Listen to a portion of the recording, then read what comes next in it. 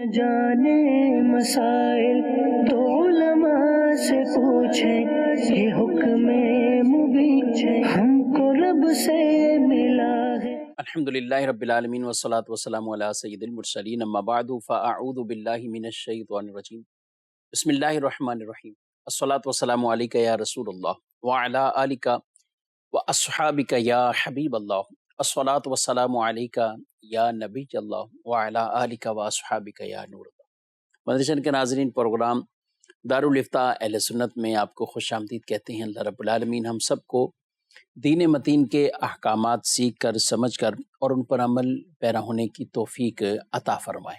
ہمارے پیارے رسول صلی اللہ علیہ وآلہ وسلم کا فرمان معظم علی شان ہے، زینوا مجالسکم بالصلاۃ علیہ فإن صلاتکم علیہ نور لکم یوم القیامہ۔ اپنی مجلسوں کو مجھ پر درود پڑھ کر آراستہ کرو کہ تمہارا مجھ پر درود پڑھنا قیامت کے دن تمہارے لیے نور ہوگا۔ صلو علی الحبیب صلی اللہ تعالی علی محمد صلی اللہ علیہ وآلہ وسلم، صلاۃ و سلام علیکہ یا سیدی یا رسول اللہ۔ آج کے پروگرام میں ہمارے مہمان ہیں مفتی حسان صاحب، حضرت آپ کو خوش آمدید کہتے ہیں۔ کیسے مزاج گرامی؟ الحمدللہ۔ مفتی صاحب، ایک سوال ہے، اور عام طور پر کچھ روایات بھی ایسی ہیں کہ درود پاک جہاں حضور اکرم صلی اللہ علیہ وسلم کا نام نامی آئے، ذکر ہو، اور وہاں اگر درود نہ پڑھا جائے، کچھ روایات میں اسے بخیل کہا گیا ہے، کچھ روایات میں اسے کہا گیا کہ وہ جو حضور علیہ الصلوۃ والسلام پر درود پڑھنا بھول گیا، جنت کا راستہ بھی بھولے۔ بطور خاص مجلس کے حوالے سے وہ کیا کہیں گے؟ کتنی بار پڑھنا، جو کہ ایک واجب کے زمرے میں آتا ہے، اور ان روایات کا مصداق کیا ہے؟ بسم اللہ الرحمن الرحیم۔ سب سے پہلے تو ہم یہ جان لیں کہ درود پاک پڑھنے کا حکم کیا ہے۔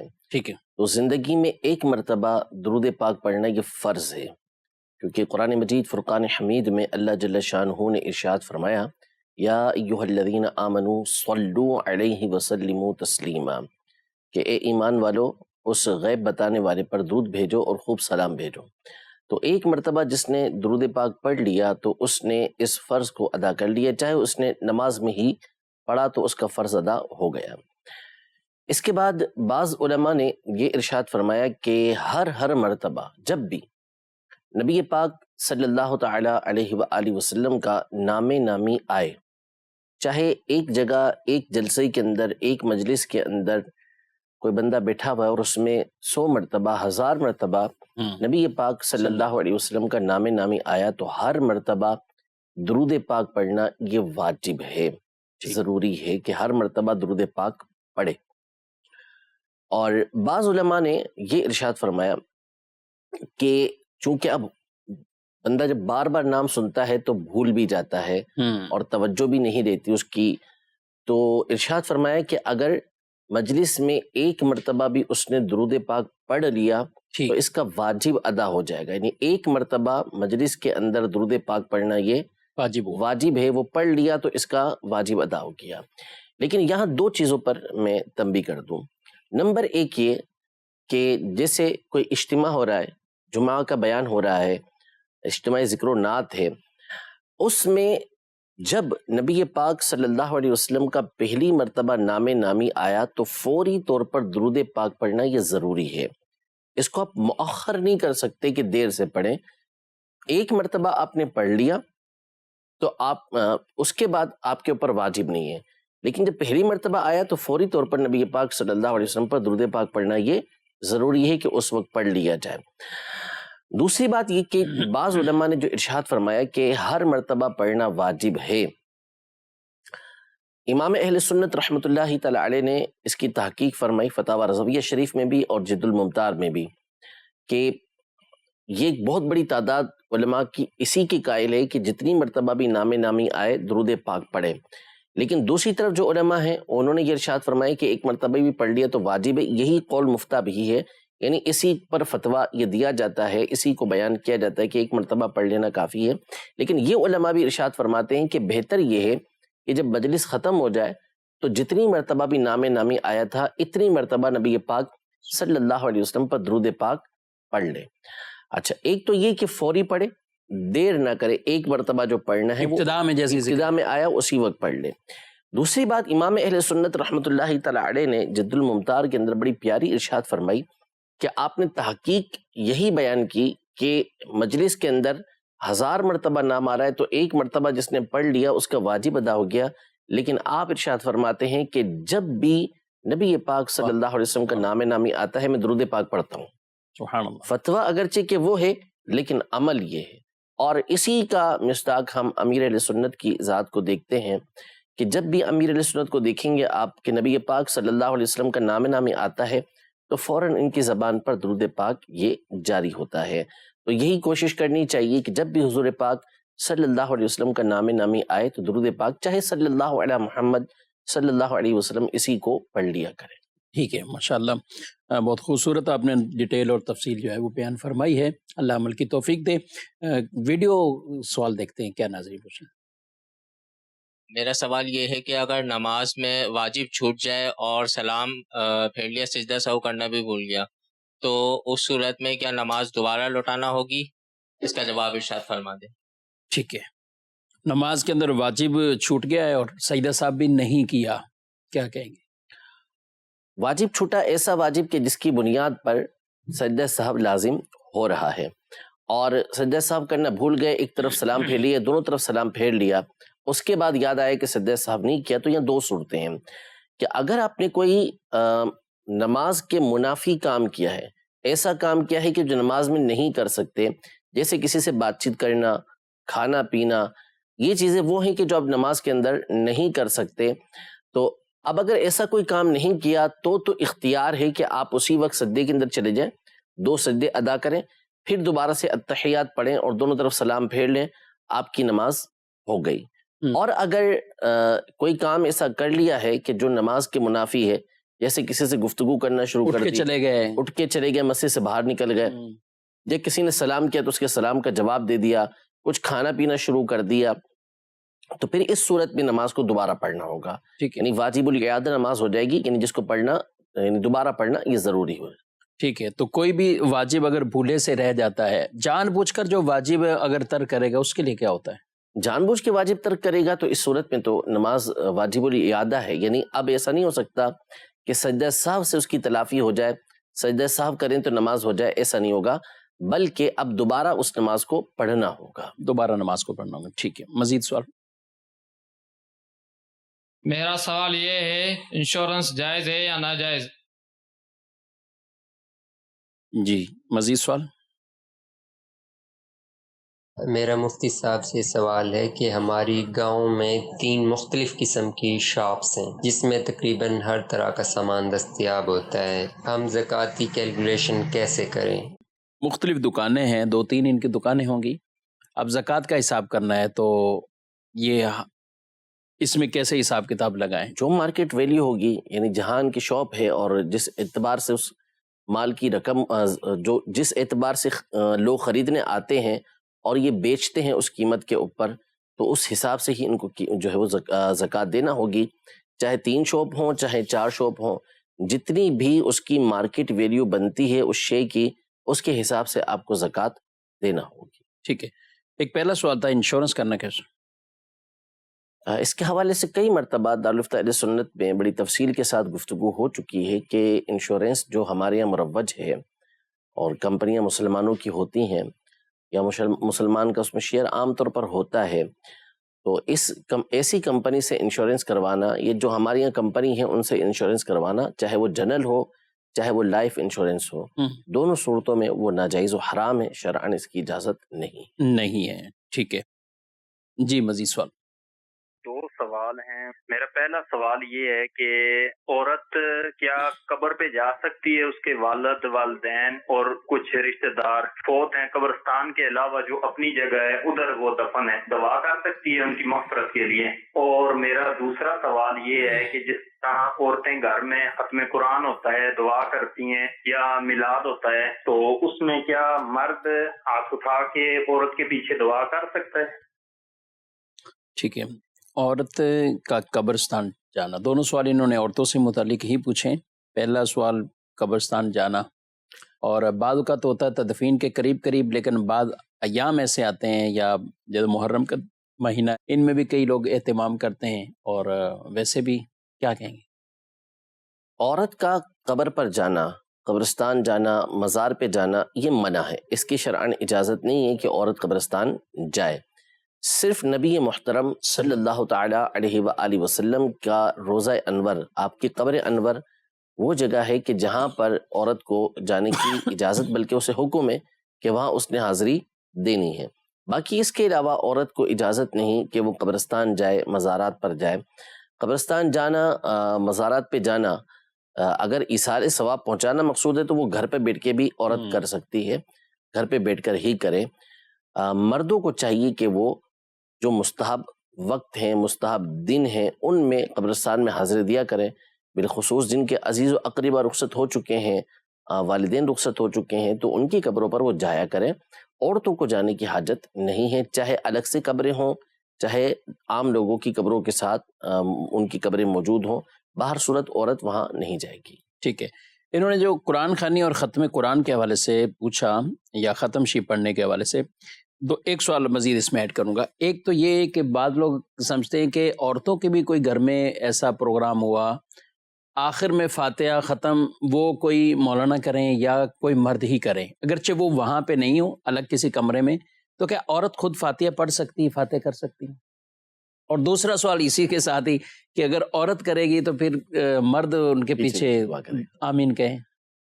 مسئلہ یہ ہے کہ جو فاتحہ ہے، ایصال ثواب ہے، وہ تو ہر مسلمان کر سکتا ہے، چاہے مرد ہو، چاہے عورت ہو، چاہے بڑا ہو، بوڑھا ہو، بچہ ہو، ہر ایک کو اس بات کی اجازت ہے کہ اس نے ایصال ثواب کرنا ہے تو وہ کر سکتا ہے، اس میں کوئی ممانعت نہیں ہے۔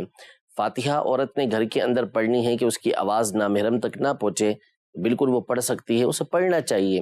اور بہت سارے گھرانے ایسے ہوتے ہیں کہ خواتین جب کھانا بناتی ہیں تو اسی وقت انہوں نے نیت کی بھی ہوتی ہے کہ یہ کھانے کا جو ہوگا ہم یہ نیاز کی نیت سے کر رہے ہیں، تو اس کے کرنے میں کوئی مسئلہ نہیں ہے۔ دعا بھی عورت کو کرنی چاہیے۔ بی بی فاطمہ زہرا رضی اللہ تعالی عنہا بکثرت دعائیں کیا کرتی تھی، پوری رات اللہ کی بارگاہ میں دعا کرتی تھی، تو ان کی سیرت تو ظاہر سی بات ہے کہ بالخصوص خواتین کے لیے یہ آئیڈیل ہے کہ جس کے پیچھے چلنا ہے انہوں نے، تو وہ دعائیں کثرت سے مانگا کرتی تھی، لہذا دعا تو مانگنی ہی عورت بھی مانگے گی اور مانگتی ہیں، ظاہر سی بات ہے۔ اب رہا ہے کہ دوسرا والا معاملہ کہ عورت دعا مانگ رہی ہے، پیچھے مرد بیٹھا ہوا آمین آمین کہہ رہا ہے۔ دیکھیں، اگر مرد اس کا شوہر ہے یا مرد اس کا بھائی ہے یا اس کا والد ہے یا اس کی اولاد ہے، اس پر وہ آمین کہہ رہے ہیں تو اس میں تو کوئی مسئلہ نہیں ہے، کوئی حرج نہیں ہے۔ لیکن ایک غیر محرم عورت یہ بیٹھی ہے، دعا مانگ رہی ہے، اور پیچھے اس کے غیر محرم مرد بیٹھ کے آمین آمین کہہ رہے ہیں، تو ظاہر ہے کہ کون اس بات کی اجازت دے گا؟ عورت کو تو اس بات کی اجازت ہی نہیں ہے کہ وہ غیر محرم مردوں کے درمیان آ کے بیٹھے گی اور ان کو اس طرح واضح نصیحت کرے اور ان کے سامنے جو ہے وہ دعائیں کرے، اس بات کی اجازت نہیں۔ عورتیں کم ہیں کہ جن کو واضح نصیحت وہ کرے، تو جا کے عورتوں کو واضح نصیحت کرے۔ اسی طرح مردوں کے لیے مرد موجود ہیں جو تبلیغ کرنے کے لیے موجود ہیں، نیکی کی دعوت دینے کے لیے موجود ہیں، برائی سے روکنے کے لیے موجود ہیں، تو یہ مردوں کے کام ہیں کہ وہ مردوں کے درمیان دعا کریں۔ عورتوں کا ہے کہ اب گھر میں بیٹھی ہیں، محرم مرد ہیں، وہ آمین کہہ رہے ہیں تو اس میں کوئی مسئلہ نہیں ہے، اور اگر عورتیں بیٹھی اس کے پیچھے آمین کہہ رہی ہیں تو کوئی مسئلہ نہیں ہے۔ ٹھیک ہے، ہونا اہتمام اتنا ہی ہونا چاہیے کہ عورتوں کے معاملات یہ عورتوں میں ہی رہیں۔ بالکل ٹھیک ہے جی، مزید سوال۔ میرا سوال ہے کہ اگر نماز جمعہ میں دیر سے جاتے ہیں اور خطبہ نکل جاتا ہے، کیا 2 فرض ادا کرنے سے نماز جمعہ پورا ہو سکتا ہے؟ یہاں یہ سمجھ لیں کہ جو جمعے کا خطبہ ہے وہ جمعہ ہونے کے لیے شرط ہے، یعنی جمعہ کی نماز اسی وقت ہوگی جب کہ خطبہ ہو، لیکن ہر ایک کا سننا یہ شرط نہیں ہے ٹھیک کہ تمام کے تمام نمازیوں نے وہ خطبہ سنا ہو، ایسا نہیں ہے۔ لہذا اگر خطیب صاحب نے جمعہ کی نماز سے پہلے خطبہ کہا اور آپ وقت پر وہاں نہیں پہنچ سکے، خطبہ آپ کا نکل گیا، جمعہ کی نماز کے اندر آپ شامل ہو گئے، تو جمعہ تو آپ کا ہو گیا۔ ہاں، سرے سے خطبہ ہوتا ہی نہیں، خطیب صاحب بھی نہ دیتے اور ویسے ہی جمعہ شروع کر دیتے تو پھر جمعہ نہیں ہوتا، اور ایسا نہ ہوتا بھی نہیں ہوتا بھی نہیں۔ ظاہر سی بات ہے کہ یہ چیز تو کوئی بھولتا بھی نہیں، بھولے گا تو نماز ہی اس وقت اسے یاد دلا دیں گے۔ تو اس لیے جمعہ کا خطبہ یہ جمعہ کے منعقد ہونے کے لیے شرط ہے، ہر ایک کا سننا یہ شرط نہیں ہے۔ لیکن بہرحال جمعہ میں کوشش یہی ہونی چاہیے کہ خطبے سے پہلے ہی پہنچ جائیں، کوشش کریں کہ جو خطیب صاحب بیان کرتے ہیں، سنی صحیح العقیدہ ہیں، ان کی باتوں کو جا کے سنیں، تاکہ آپ کو واعظ و نصیحت کے مدنی پھول بھی ملیں اور آپ کچھ عمل بھی اس پہ کر سکیں۔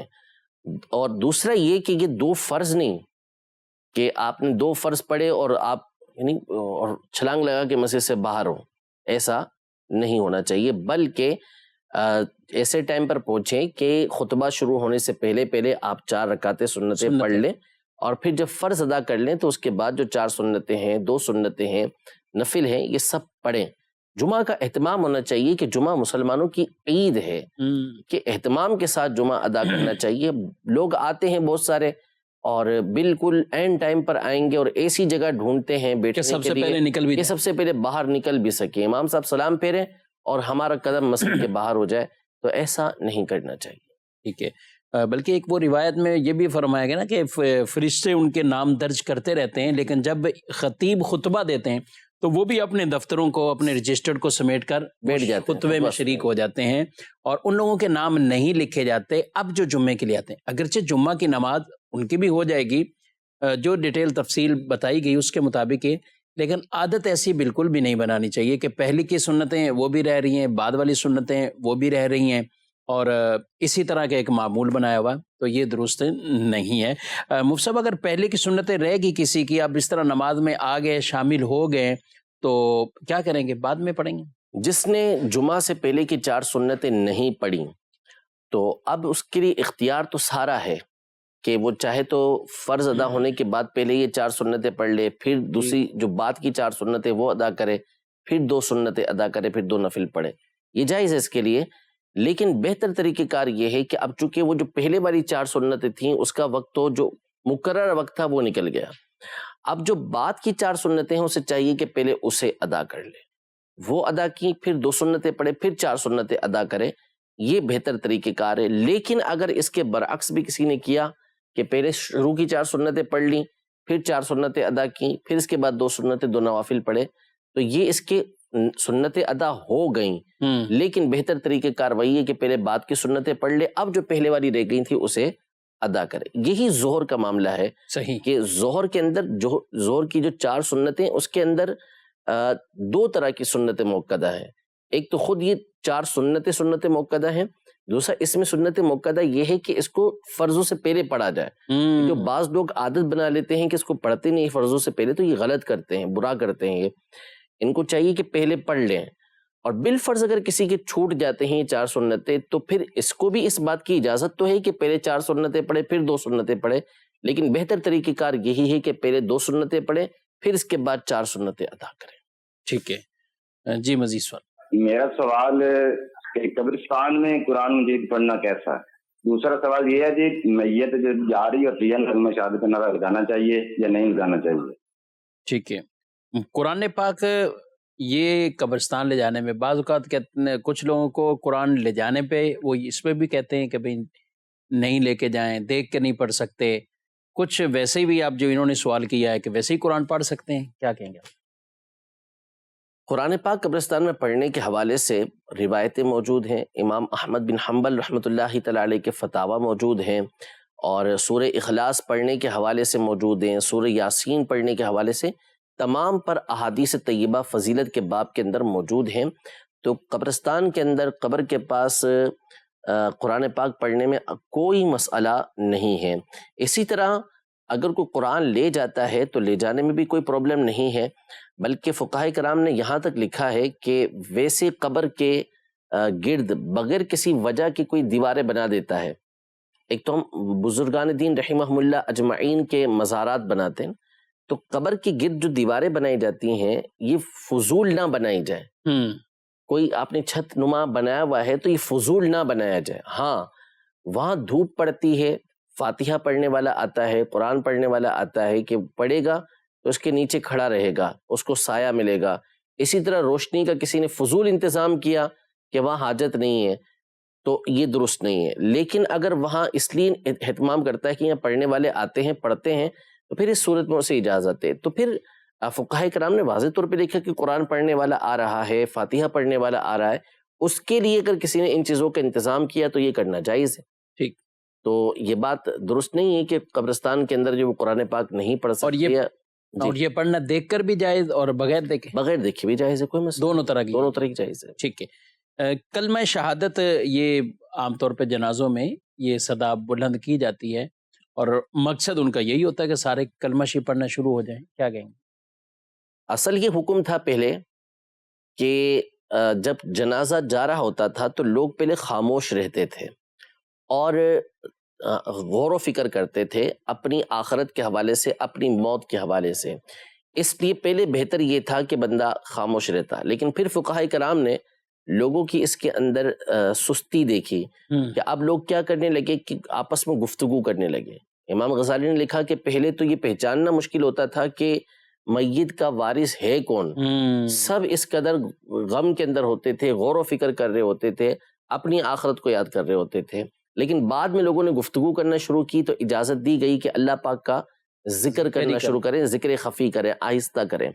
لیکن پھر اس کے بعد لوگ گفتگو میں مصروف رہنے لگے تو علماء نے سیدی عبدالغنی نابلسی رحمۃ اللہ تعالی علیہ نے اور دیگر بزرگوں نے واضح طور پہ لکھا کہ بلند آواز سے اگر ذکر کیا جاتا ہے تو اس میں کوئی حرج نہیں ہے کہ اس سے لوگ اللہ کے ذکر کی طرف مائل ہو جاتے ہیں، ورنہ لوگ جو ہے وہ غفلت کے اندر پڑے رہتے. اور ہمارے دور کے اندر ہم دیکھتے ہیں کہ جب یہ کہا جاتا ہے کہ کلمہ شہادت اشہد ان لا الہ الا اللہ و اشہد ان محمد رسول اللہ، یہ لوگ پڑھتے ہیں بلند آواز سے.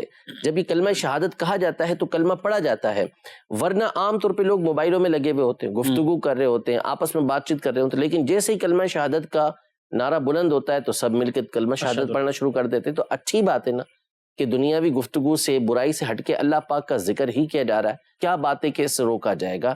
تو برائی سے روکا جائے گا. تو اللہ پاک کا ذکر ہے کہ جو اچھا ہی ہے، تو اس کے کرنے میں کوئی حرج نہیں ہے. ٹھیک ہے. اسی طرح درود و سلام کے کچھ کلمات پڑھتے ہوئے کعبہ کے بدرود جا، بالکل جائز ہے. یا مزید ذکر و اذکار اور نعتیں پڑھتے ہوئے بالکل جا سکتے ہیں، کوئی مسئلہ نہیں ہے اس کے. ٹھیک ہے. اور یہ ناظرین اہتمام کرنے چاہیے. بلکہ قبرستان میں بھی ایسا ہوتا ہے بعض اوقات مفتی صاحب، جب کچھ تدفین میں تاخیر ہے، کچھ ابھی وقت ہے، اب وہاں پہ کوئی 2-4 ادھر بیٹھ گئے، 2-4 ادھر بیٹھ گئے، اور پھر وہ اپنے اپنے کاموں میں مشغول ہو جاتے ہیں. اور سوشل میڈیا ہے یا کچھ بھی، اب قبرستان کے اندر وہ تصورات اس طرح کے رہتے نہیں ہیں. لیکن اگر کوئی ساتھ ایسا موجود ہوتا ہے، ہم اپنے مدنی ماحول کے کئی اسلامی بھائیوں کو دیکھتے ہیں کہ وہ پھر ایک اجتماعی صورت میں کوئی درود و سلام شروع کر دیا، کوئی واضح نصیحت، کیا ہونا چاہیے؟ بالکل ہونا چاہیے. قبرستان تو ایک ایسا مقام ہے کہ بندہ اگر اس مقام پر قبر کی یاد دلائے، ایسے اشعار ہی پڑھے کہ جو قبر کی یاد دلانے والے ہیں، تو بہت اچھی بات ہے. کہ یہ قبروں کی زیارت کا حکم ہی اس لیے دیا گیا کہ فَإِنَّهَا تُذَكِّرُ الْآخِرَةَ، یہ آخرت کو یاد دلاتی ہیں. اب ہم کیا کریں ستیہ ناس ہو اس میڈیا کا، سوشل میڈیا کا، کہ جس نے قبروں کے پاس جا کر بھی بندوں کو غفلت کے اندر بہت زیادہ مبتلا کر دیا. کہ اب وہاں پر بھی، یعنی ہم بھی دیکھتے ہیں، آپ نے بھی دیکھا ہوگا کہ اب مردوں تک کے ساتھ سیلفیاں بنائی جا رہی ہوتی ہیں، قبر کے پاس بھی سیلفیاں بنائی جا رہی ہوتی ہیں. تو اب یہ جو مقام ہے یہ عبرت کا مقام ہے کہ یہاں بیٹھ کر بندہ قبر کی اپنی منزل کو یاد کرے کہ مجھے بھی اس کے اندر اترنا ہے، آخرت کو یاد کرے. اور اب یہاں پر لوگ ان معاملات میں لگے ہوئے. تو ایسے موقع پر اگر نیکی کی دعوت دی جاتی ہے، بھلائی کی طرف بلایا جاتا ہے، تو اس میں حرج کیا ہے؟ ٹھیک، بالکل بلانا چاہیے، لوگوں کو سمجھانا چاہیے. ایسے موقع پر تو چند کلمات اگر ایسے ہوں کہ جو واضح و نصیحت کے قبر کو یاد دلانے والے ہوں، تو ممکن ہے کہ کئیوں کی کایا پلٹ جائے. بالکل، ماشاءاللہ. اور اس طرح کے واقعات جو ہے وہ پیش آتے رہتے ہیں کہ لوگ کسی کا جنازہ دیکھ کر، جنازے کے معاملات کو دیکھ کر، یا بعد از جنازہ کچھ ایسے واضح و نصیحت کے معاملات ہوتے ہیں کہ جس کی وجہ سے ان کے دل نرم ہو جاتے ہیں. اللہ عمل کی توفیق دے. مزید کچھ کال لیتے ہیں. میرا مفتی صاحب کی بارگاہ میں یہ سوال ہے کہ ہم کوئی چیز خریدنے جاتے ہیں، ہم نے 1 کلو کہہ کر اس کو لیا اور دکاندار نے ہمارے سامنے نہیں تولا اور نہ ہم نے اس کو بعد میں تولا، تو ایسے اس کا استعمال کرنا یا کھانا ہمارے لیے جائز ہے یا نہیں؟ ٹھیک ہے. مزید سوال یہ ہے کہ اگر مغرب کی نماز میں ہم تیسری رکعت میں جماعت صاحب ملتے ہیں تو دوسری رکعت میں ہم قضا کرتے ہیں، قضا کرنے کے بعد جو تیسری رکعت ہوگی اس میں ہم سورت ملائیں گے، سورت فاتحہ کے ساتھ یا نہیں ملائیں گے؟ ٹھیک ہے. تیسری رکعت میں اس کو مزید ایک سن. میرا سوال یہ ہے کہ عورت اگر کسی مجبوری کے تحت اکیلے سفر کرتی ہے، اس کے ساتھ کوئی مرد نہیں ہوتا، یا اس کو وہ افورڈ نہیں کر سکتے تو اکیلے میں جاتی ہے، یعنی لاہور سے پنڈی جاتی ہے، پنڈی سے لاہور اکیلے سفر کرتی ہے، کیا اس کو شرعی اجازت ہے؟ ٹھیک ہے جی، جوابات انشاءاللہ عرض کرتے ہیں. اکیلے جانے میں، عورت کے سفر کرنے میں، جو پنڈی سے لاہور، لاہور سے پنڈی، یہ تو شرعی سفر ہے، اس سے زیادہ وہ بن جاتا ہے. تو کیا کہیں گے آپ اس میں؟ اخراجات ہونا، افورڈ نہیں کر پانا. اسی طرح بعض ہوائی سفر بھی ہوتے ہیں تو اس میں لوگ اسی وجہ سے کہتے ہیں کہ بھائی ٹھیک ہے لیڈیز اکیلی بھی چلی جائے. تو کیا کہیں گے آپ؟ شریعت کیا کہتے ہیں؟ نبی پاک صلی اللہ تعالی علیہ وآلہ وسلم نے ارشاد فرمایا کہ لا یحل لامرأۃ تؤمن باللہ والیوم الآخر ان تسافر یوما او یومین او ثلاثۃ ایام الا مع ذی محرم، کہ عورت اللہ پر اور آخرت کے دن پر ایمان لے کر آتی ہے، اس کے لیے حلال نہیں کہ وہ 3 دن کا، بعض روایت میں 2 دن کا اور بعض میں 1 دن کا، کہ اتنی مسافت کا سفر ہو وہ سفر کرے، مگر یہ کہ اس کے ساتھ محرم ہو یا شوہر ہو اس کا، تو اس صورت میں وہ سفر کر سکتی ہے، ورنہ سفر نہیں کر سکتی. تو اب جو مسلمان ہے اور اسلام کے اوپر اس نے یقین رکھا ہوا ہے، اللہ پر ایمان رکھتی ہے، آخرت کے دن پر ایمان رکھتی ہے، تو پھر تو اس کے لیے حدیث مبارکہ کافی ہے کہ اس نے 1 دن کا، یعنی 32 کلومیٹر یا 31 کلومیٹر، یہ فاصلہ 1 دن کی مسافت کا بنتا ہے اس زمانے کے اعتبار سے. تو اتنے فاصلے پر اگر وہ اپنی بستی سے، اپنے علاقے سے، اپنے شہر سے کہیں دور جا رہی ہے تو اس کو سفر اختیار نہیں کرنا چاہیے، جو اللہ پاک اور آخرت کے دن پر ایمان رکھتی ہے.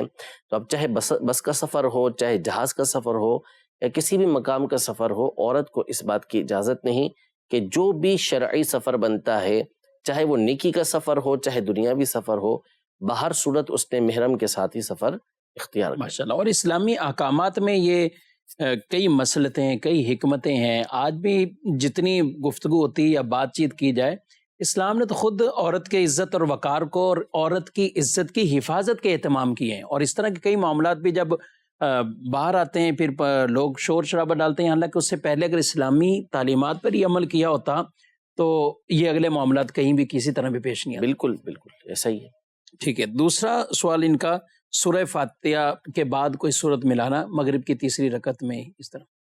اگر امام صاحب ہیں تو ان کے لیے حکم یہ ہے کہ نہ ملائیں، بالخصوص جب کہ مقتدیوں پر گرا، یعنی بھاری پڑتا ہے، دیر ہو رہی ہے اور مقتدی کہتے ہیں بڑی لمبی نماز ہو گئی، تو پھر تو امام صاحب کے لیے مکروہ تحریمی ہے کہ وہ حرام تک علماء نے لکھا کہ اس کے لیے اجازت نہیں کہ وہ امام صاحب جو ہے وہ تیسری چوتھی رکعت کے اندر، مغرب کی تیسری اور دیگر فرضوں کی تیسری چوتھی رکعت کے اندر سورت ملائے. ہاں کوئی تنہا پڑھ رہا ہے، اکیلا پڑھ رہا ہے، تو اس کے لیے پھر بہتر یہ ہے کہ وہ فرض کی تیسری اور چوتھی رکعت کے اندر بھی سورہ فاتحہ کے ساتھ سورت ملائے، یہ اچھا ہے اس کے لیے سب.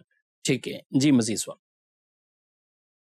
جمعے کی نماز میں جو سنتیں ہیں کتنی ہیں مقتدہ؟ جو ہے 4 سنت جو مقتدہ ہیں، پہلی اول اور فرض کے بعد، اور اس کے بعد 2 سنتیں، کیونکہ بعض لوگوں کو یہ گمان ہے کہ جو جمعے کی نماز میں صرف 2 ہی فرض ہیں، باقی اور سنتیں وغیرہ نہیں ہیں. یہ جو ڈیٹیل اور تفصیل آپ نے بیان بھی فرمائی ابھی سنتوں کے حوالے سے، تو یہ کہنا کہ یہ گمان کرنا کہ صرف 2 ہی رکھتے ہیں جمعے والے دن پڑھتے ہیں، اس کے علاوہ نہیں ہے، تو کیا کہنا ہے؟ یہ غلط ہے. اور موقعہ کی تعداد کتنی جمعے کا؟ جمعہ سے پہلے کی جو 4 سنتیں ہیں وہ بھی سنت مؤکدہ ہیں. مؤکدہ کا مطلب ہوتا ہے کہ جس کے بارے میں تاکید کی گئی ہے کہ اسے کیا جائے. تو 4 سنتیں جو ہیں وہ مؤکدہ ہیں، اگر نہیں پڑھیں گے تو برا کریں گے اور عادت بنائیں گے تو گناہگار ہوں گے، توبہ کرنا ہوگی. اور اسی طرح جو جمعے کے بعد کی 4 سنتیں ہیں یہ بھی مؤکدہ ہیں، ان کو پڑھنا بھی ضروری ہے. جو اگلی 2 سنتیں ہیں اس کے بارے میں علماء کا اختلاف ہے کہ یہ سنتیں مؤکدہ ہیں یا غیر مؤکدہ ہیں. اگرچہ کہ ہمارے نزدیک محقق قول یہ ہے کہ یہ 2 سنتیں غیر مؤکدہ ہیں، لیکن بہرحال دیگر سنتیں غیر مؤکدہ کے مقابلے میں یہ اس کے اندر کچھ نہ کچھ تاکید موجود ہے، زیادہ ہے، تو اس لیے ان کو چھوڑنا نہیں چاہیے، بندے کو پڑھنا چاہیے. 2 رکعتیں یہ جو ہیں بعد کی یہ بھی پڑھے، اس کے بعد کے 2 نوافل بھی بندہ پڑھنے کی اپنی عادت بنائے. جب اس کو پڑھے گا نا نفل پڑھے گا تو پھر یہ سنتیں 2 بھی نہیں چھوٹیں گی، اور جب ان 2 سنتوں کو پڑھنے کا عادی ہوگا تو پھر 4 بھی آرام سے وہ چھوڑے گا نہیں۔ تو یہ نوافل، سنت غیر مؤکدہ، یہ ہمارے سنت مؤکدہ، واجبات اور فرض کے لیے ایک حفاظت کا انتظام کرتی ہیں، تو ان کو چھوڑنا نہیں چاہیے۔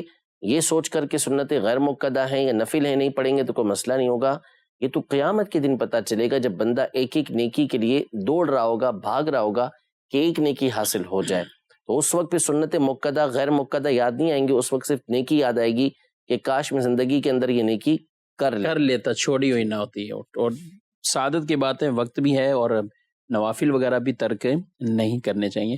اچھا، یہ سنت مؤکدہ یا اس طرح جمعے سے پہلے کی سنتیں، بعد کی سنتیں، تو نیت بھی جمعے کی ہوگی؟ جمعہ کے دن جو نیت ہوگی وہ جمعہ ہی کی ہوگی، صحیح، کہ جمعہ کے دن یہی نیت کریں گے کہ 4 سنت مؤکدہ قبل جمعہ، یعنی جمعہ سے پہلے کی، 4 سنت مؤکدہ جمعہ کے بعد کی، تو یہی نیت جمعے کے دن کی جائے گی، ظہر کی نیت اس دن نہیں کی جائے گی۔ ٹھیک ہے، چلیں مزید سوال یہ کہ 2 سنت کی نیت کی ہے، 2 سنت ادا کرنے سے پہلے تیسری سنت رکعت کے لیے کھڑے ہو گئے اور تیسری رکعت میں الحمد شریف سورۃ فاتحہ پڑھ کے پھر بیٹھ گئے اور پھر سلام کیا، کیا یہ ایسا کرنا ٹھیک ہے؟ ٹھیک ہے، 2 سنت پڑھی اور 3 پڑھ کر پھر بیٹھ گئے، جب وہ تیسری کا شروع کر دی تو اب ان کو چاہیے تھا کہ اس کے ساتھ ایک اور رکعت ملا لیتے، ٹھیک ہے، اور سلام پھیر لیتے، ان کی نماز ہو جاتی۔ تو ان کو یہ نہیں کرنا چاہیے تھا کہ سورہ فاتحہ پڑھ کے یہ بیٹھ گئے، بلکہ ان کو پورا کر لینا چاہیے تھا۔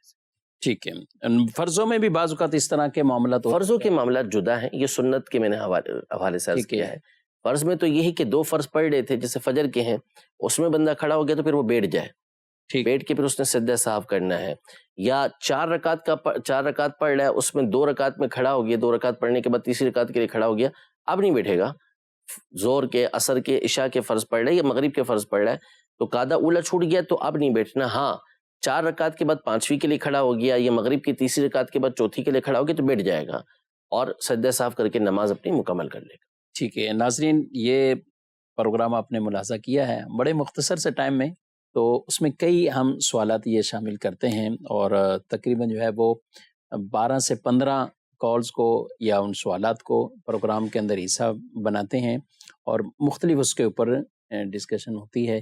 یوں علم سیکھتے رہیں گے، انشاءاللہ علم میں اور اضافہ ہوتا رہے گا۔ علم نافع کی دعا بھی کرتے رہنا چاہیے، اور بطور خاص وہ معاملات جو درپیش ہیں اور ان کے اوپر اپنی اٹکل سے یا اپنے فہم سے خود ہی فیصلے کر کے معاملہ چلاتے رہنا۔ بعض اوقات لوگ عبادت کے حوالے سے بھی یہ سمجھتے ہیں کہ بھئی میں یوں ہی کرتا تھا، میرے کو یہ سمجھ میں آیا میں یہ صحیح کرتا تھا، کئی سال گزر جاتے ہیں، بعد میں پتہ چلتا ہے کہ وہ غلط کر رہے تھے، انہوں نے سنا ہی غلط تھا یا انہوں نے سمجھا ہی غلط تھا۔ تو جو ہم روز مرہ کے یہ معاملات، چاہے نماز پڑھنے کے حوالے سے، نماز کے اندر کچھ ایسے ہیں تو شبہ ہے، کچھ بھی معاملہ ہے آپ پوچھیں تو صحیح، باقاعدہ سیکھ تو لینا چاہیے۔ صرف ہم نماز لوگوں کو دیکھ دیکھ کر سیکھتے ہیں اور اس کے علاوہ باقاعدہ کوئی ایسا اہتمام نہیں کرتے، تو ایسا نہیں کرنا چاہیے۔ اسی طرح اپنے کاروبار ہیں، بزنس کا معاملہ ہے، اسی طرح گھر کے معاملات ہیں، نکاح طلاق کے معاملات ہیں، اپنی اٹکل سے کوئی بھی فیصلے یوں کر کے نہیں بیٹھ جانا چاہیے۔ کوئی معاملہ آیا ہے تو اب ان کے جو ماہرین ہیں، جو مفتین کرام ہیں، ان سے ہم رہنمائی لیں۔ اللہ رب العالمین ہم سب کو درست علم سیکھ کر اس پر عمل کی توفیق عطا فرمائے۔ مدنی چینل دیکھتے رہیں، مدنی چینل کو عام بھی کرتے رہیں، دعوت اسلامی کا بھی ساتھ دیجیے۔ اللہ رب العالمین ہم سب کو عمل کی توفیق عطا فرمائے، آمین بجاہ النبی الامین صلی اللہ علیہ وآلہ وسلم۔ جانے مسائل تو علماء سے پوچھیں، یہ حکم مبین ہم کو رب سے ملا